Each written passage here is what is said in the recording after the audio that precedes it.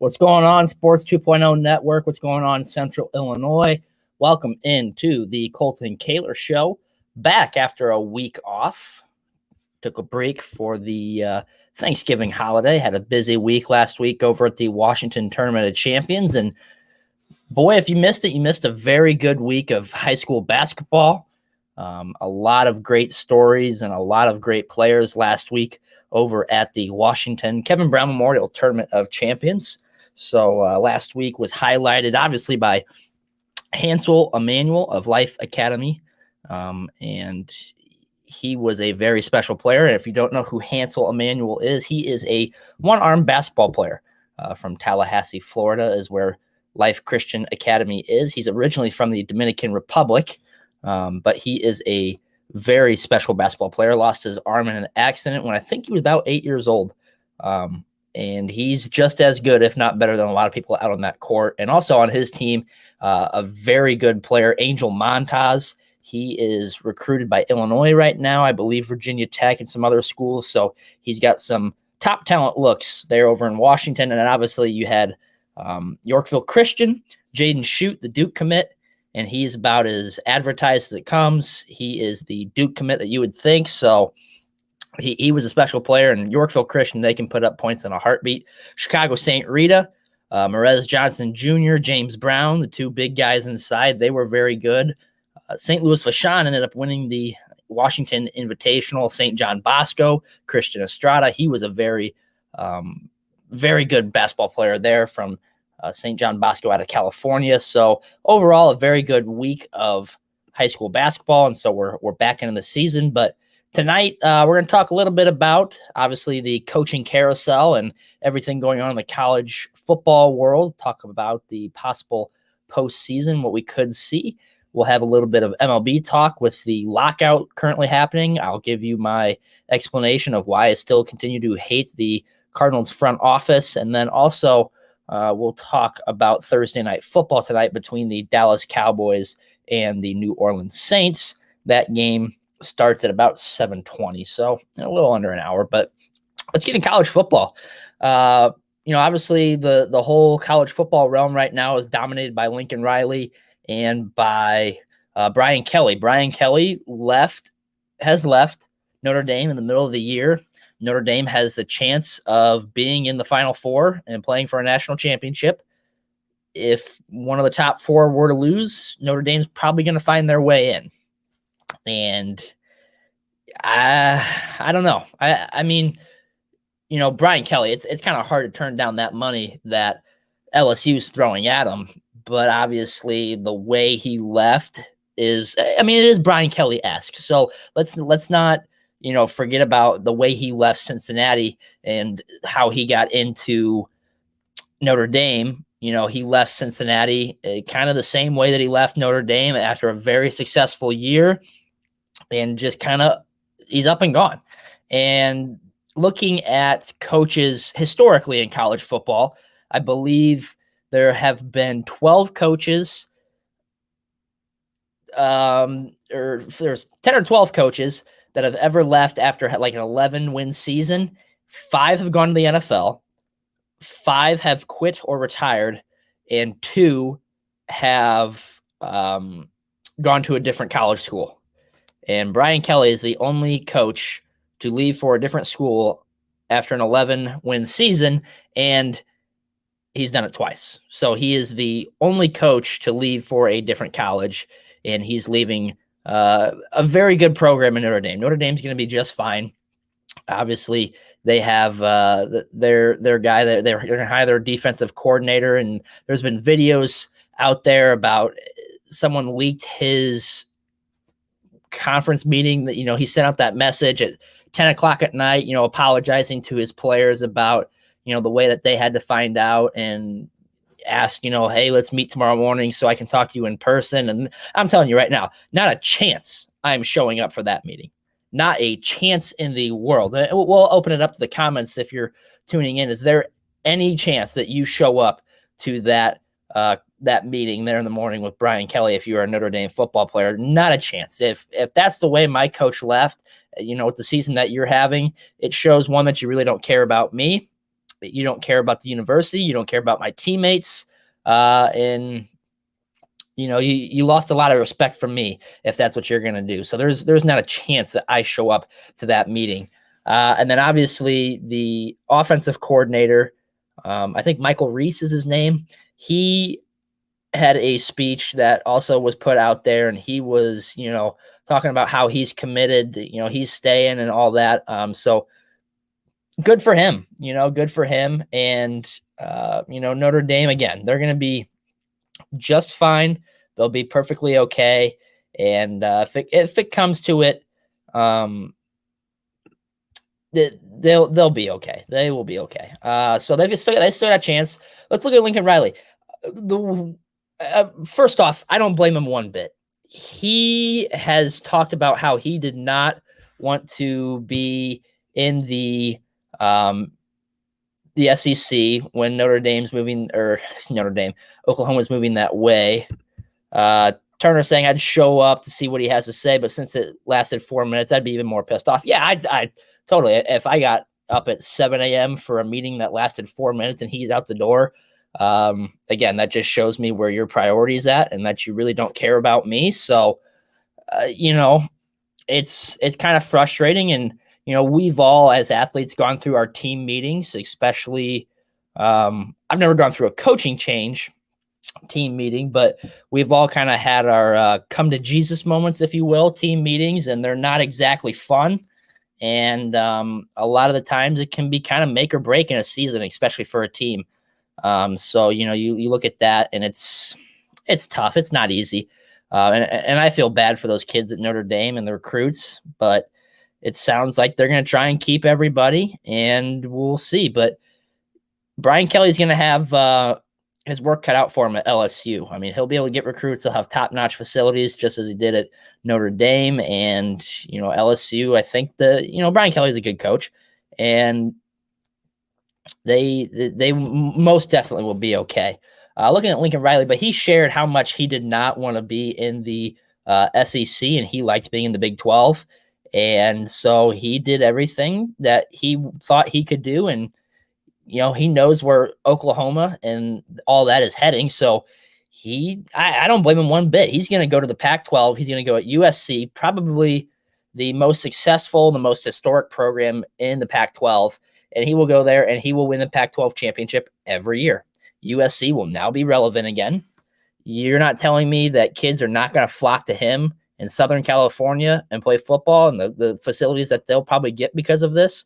They've got, money to spend. They'll have alumni, they'll have donors, sports boosters, all that. So USC is going to be put back on the map instantly with this move.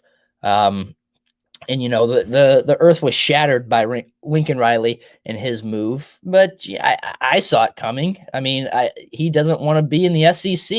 Can you blame the guy? Excuse me. Can you blame the guy? I don't. And now Oklahoma, they're coming out and saying that he was having meetings with, recruits and USC boosters and trying to get kids already, flipping and whatnot. And USC is basically trying to get him Oklahoma is trying to get him and USC in trouble. My statement is, when is Oklahoma and why is Oklahoma now all of a sudden allowed to play the morality police? Oklahoma is the university that months ago had closed door meetings with the SEC and said, see you later, Big 12. Nice knowing you. Not going to be a part of you anymore. So why in the world is Oklahoma pissed off now at Lincoln Riley? That you can't. That is so hypocritical of Oklahoma to now be going after Lincoln Riley because he left your school. The guy gave you everything, and he had big shoes to fill. Coming in after Bob Stoops, and he did just fine. And it's really frustrating to see now Oklahoma trying to play the morality police when they darn near just did the same thing a few weeks ago. And I find that frustrating from a sports watcher standpoint to see them. And it's it's just frustrating to say the least, looking at that. So, there's going to be some other who's going to take the Oklahoma job. Is Bob Stoops going to try and come back in? Who knows? I mean, Notre Dame seems to have found their guy. Does Luke Fickell make the jump from Cincinnati? I think it's going to kind of depend on what Cincinnati does here towards the end of the year. If they make it in, they win their conference championship. I still think Luke Fickell's got to make a move at some point. And I think Oklahoma might be a good spot there. Texas, who knows if they stay with Sark? I mean, he had about as brutal of a first year as you could get. And, it's, I don't know. There was a whole mess with that, and they have not looked good really most of the year. It'll be interesting to see where college football moves on. Let's shift gears here to the MLB. We've got the lockout. Obviously, today you're seeing all of the players putting out their blank pictures because the MLB has completely wiped out everything. So if you look at team websites, you don't see pictures of players. If you look at, I know the Cardinals, like their giveaway gear for next year, it's just the company name. It's not even like it's St. Louis Cardinals third baseman, jersey giveaway. It's not Nolan Arenado jersey giveaway. So it's kind of funny seeing all these guys put out their blank pictures. But, here we are again. We have millionaires arguing against billionaires, and us, the public, the fans, we get to sit back and watch. And in the end, we get hosed by it all. We do. It's minimal to them. They don't think anything of it. And for us, we get to watch millionaires and billionaires argue. And it's a little ridiculous in my point, but as long as it doesn't last too long, obviously, it'll be okay. But if we get into February, possibly March, and there's still no deal done, and this last week they had 4 meetings, and they maybe all 4 combined an hour long. I mean, make it look like you're trying at least. I mean, the last 2 meetings lasted like 5 minutes and lasted like 7 minutes. Like, it doesn't even seem like you're trying. And it doesn't seem like they care about the people that support their product, and they don't care about the future of the game. In my opinion, they really don't. And today, with Rob Manfred, with what he said, he does not care. And he said he was not frustrated. He was just disappointed. If you are the commissioner of baseball and you are not frustrated that you're not getting your offseason going and you're not going to be on track, hopefully, for the start of your season in spring training, that should frustrate you. And if it doesn't, you're not in the right position. You should not be in the position that you are. And I put that out on Twitter. And Rob Manfred is not a well-liked guy. That's not, earth-shattering news. But if you are the commissioner of baseball and you're not frustrated, that's ridiculous, in my opinion. And it shows where his priorities are at for this, this upcoming season, for this off season. And again, billionaires and millionaires that do not care about those that support their product, those that provide for their product, and give them an opportunity to do what they do. It's ridiculous. And what the game of baseball has done here in the last few years, and how they just have kind of dropped the ball, if you will, on, who supports them and whatnot. It's pretty frustrating. I think it's about time for Manfred to go, in my opinion. And it's bad, the game of baseball right now. But there were a lot of signings. Obviously, Max Scherzer has got the earth-shattering $44 million that he's going to earn in payroll for 1 year or something ridiculous like that. He's going to be making more than like 3 franchises' entire payroll. So, I mean, good for him. I'm glad the Cardinals did not go after that, because that would have just been an absolute disgrace looking at that. I was a little frustrated with the Cardinals in that they didn't make an Marcus Stroman an option, and then to watch him go to the Cubs makes me even more frustrated at our front office because, yeah, Steven Matz, I mean, he's okay. He's not, he's not going to be a guy that's going to eat innings or a guy that's going to, if he goes out and he's, going to have a sub 3, ERA, okay, I can take that. But I don't know if he's got that capability for an entire season. Obviously, he's coming off a career year last year with Toronto. Before that, he was with the Mets for the longest time. And,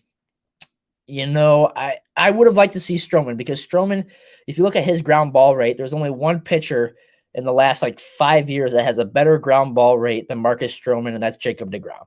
And obviously there's, he's not going anywhere anytime soon. So Stroman, with that defense, the Cardinals defense behind him, he's an innings eater. He's a guy that can go out and throw 7 innings, no problem. He'll log a lot of innings, and he's a perfect 3-4 guy in the rotation, in my opinion. Now, the Cardinals have some questions, at the bottom half, that 5 spot in the rotation, because now you think, your top 4 starters, you got Jack Flaherty, Wainwright, Matz, Dakota Hudson, and, I mean, who do you put in that 5th spot? Do you put Alex Reyes there? How do you expect Alex Reyes to go, 5, 6, 7 innings when last year he could barely get through the 9th inning at times? I don't know. I mean, they talked about moving Jordan Hicks to a starting rotation. I don't see that happening. Again, the guy hasn't been able to be healthy for the last 3 years. So there's a lot of question marks, in my opinion, in that 5th rotation. And now, you lost Luis Garcia, who was one of your best bullpen arms at the end of the year. You let him walk to the Padres. A little frustrating that the Cardinals did not get that. I mean, I think the Cardinals kind of struck out a little bit so far here in the early part of this offseason before the lockout. I would have liked to get Stroman, and there was still a chance that they easily could have got him, in my opinion. They could have thrown him some money. The Cubs did it, and so now we have to face Stroman, a couple times a year against the Cubs. So that'll be painful to watch. Still look out. Cardinals are probably going to try and fill up their bullpen. Andrew Miller is still a guy that they're discussing. Who knows? I don't know about that one. You look at the shortstop position. It's one that they said that they're going to look out for, but they're not going to overpay. And you're going to overpay for Trevor Story. You would have overpaid for Javier Baez. You'll probably overpay for Carlos Correa. Now with the Tigers signing Correa, I don't know if he goes anywhere. I think he might go back to Houston, in my opinion. I thought Correa would be a Detroit guy with his former manager there. But I don't know. It's going to be interesting. I guess it's going to come down to probably who's going to throw him the most money. Watching the front office do absolutely nothing every year except the Arenado trade makes it hard to believe they're wanting to win. And that's you make a great point there, Turner. That's the best, or the biggest part, in my opinion, about all of this is the last year you have of Adam Wainwright and Yadier Molina. Yeah, they've won 2 championships. Good for them. But those are 2 of the most historic players in your entire organization. You should be doing everything in your power to go out there and give them the best opportunity to win a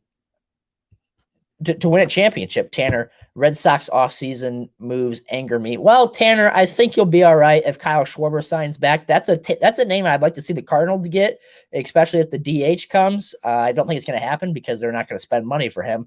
But Schwarber was in talks with the Red Sox. So obviously you lost one of your pitchers. I know he went to the Tigers. But you know what? Welcome to the club. But it's the life of a Cardinals fan, man. You're disappointed every offseason. You're disappointed every time at the trade deadline. I think the only 2 times I have not been disappointed in the last 10 years is when we traded for Paul Goldschmidt, is when we traded for Nolan Arenado. And that's been within the last 5 years. So, it's pretty bad. Yeah, you need him. Yeah, well, the Cardinals can need him too, but the Cardinals will probably sign some, 35-year-old washed up guy to be their DH. Who knows? And the thing that frustrates me with the Cardinals is last year that they said they're looking for a power bat. You had 3 guys that hit over 30 home runs and 100 RBIs. What power bat do you need? I mean, they've got to figure out ways just to put the ball in play, for goodness sakes, because they couldn't do that against the Dodgers. If they would have won the wild card game. But here we are. It's frustrating year after year as a Cardinals fan for them to do nothing, as Turner said, and it's hard to believe that they are wanting to win. And, I know that front office does not like to spend money, and oftentimes I will say at times it has worked out in their favor. Hayward took a huge contract to go to Chicago, and I thought that was going to burn the Cardinals forever, and it actually burned the Cubs. You look at Pujols, his everything declined, but would we have Paul Goldschmidt if we still had Albert Pujols right now? Would Albert's numbers have continued? And that's a tough one. I'd take Albert back if we get the DH next year. It's just frustrating right now, and I really do question as well. Are they really wanting to win? Because in my opinion, you'd be willing to drop a little bit of money here and there for certain guys. And obviously that shortstop position is something that's going to have to be sought after, whether it's going to be Edmundo Sosa, whether it's going to be, Paul DeYoung. And the reason why I don't like the Trevor Story trade is the signing is I think Trevor Story is a glorified Paul DeYoung. His numbers are really all that not much better. I mean, they're a little better, but not that much. And especially if you get him away from Coors Field, how much are those numbers going to be affected? Obviously, Nolan Arenado's weren't affected, but, Arenado's a top-tier player. And I don't know if Trevor Story is at that level yet. So, it's do the Cardinals bring up Nolan Gorman, Kramer Robertson? Those are 2 names. Juan Yepes, would he be a DH option? It's a lot of questions that I can't answer right now. And, we're really going to have to wait this long winter out by the looks of it, because I doubt that we are going to come to agreement anytime soon between the Players Association and the owners. So bundle up, find someplace warm, because it's going to be a long winter for the MLB. Let's look at tonight. You've got Thursday Night Football, the Dallas Cowboys at the New Orleans Saints. The Saints are struggling. The Cowboys are struggling a little bit. Obviously, they lost last week on a game-winning field goal by the Raiders, probably a game the Cowboys should have won. And, it's the Cowboys are fine. They play in the NFC East. They have a lot of division games coming up. They haven't been healthy. Obviously, they're going to be without Mike McCarthy tonight. They do have Amari Cooper back. I don't know about CeeDee Lamb. Have not heard about him. But I think Dak and that offense are going to be able to get going tonight. And Taysom Hill is the quarterback for the Saints. And Taysom Hill is getting paid a ridiculous amount of money to be a bad quarterback. The guy is just not your typical NFL quarterback, and they're trying to bring him in to replace Drew Brees. No, I'm not buying it. So I think the Cowboys can get back on track tonight. They've got quite a few upcoming games. And, if you're healthy by the postseason, you win your division, you get a first-round home game, it's not the end of the world if you lose some non-conference games or non-divisional games. So be it. As long as you win your division, that's really all that matters, and that you're healthy going into the most important weeks of the season, the postseason. Dallas is just as much in a position as anyone else to make a Super Bowl run, make a conference, championship, NFC championship run. The NFL has got, typically you can see the front runners in this year. I really don't know if you can. The AFC is wide open right now. I thought the Bills would be the team to run away with it, and they haven't this year. They're not even leading their own division right now. They're trailing the Patriots. The Patriots and the Bills play on Monday. That's going to be a decider, I think, for that division on Monday. Is if the Patriots are able to win, I think the Patriots are going to win that division. If the Bills win, we'll see. It's going to make things a little more dicey down the end. They still have one more meeting between the two teams. So, again, Patriots travel to the Bills on Monday, so look out for that game.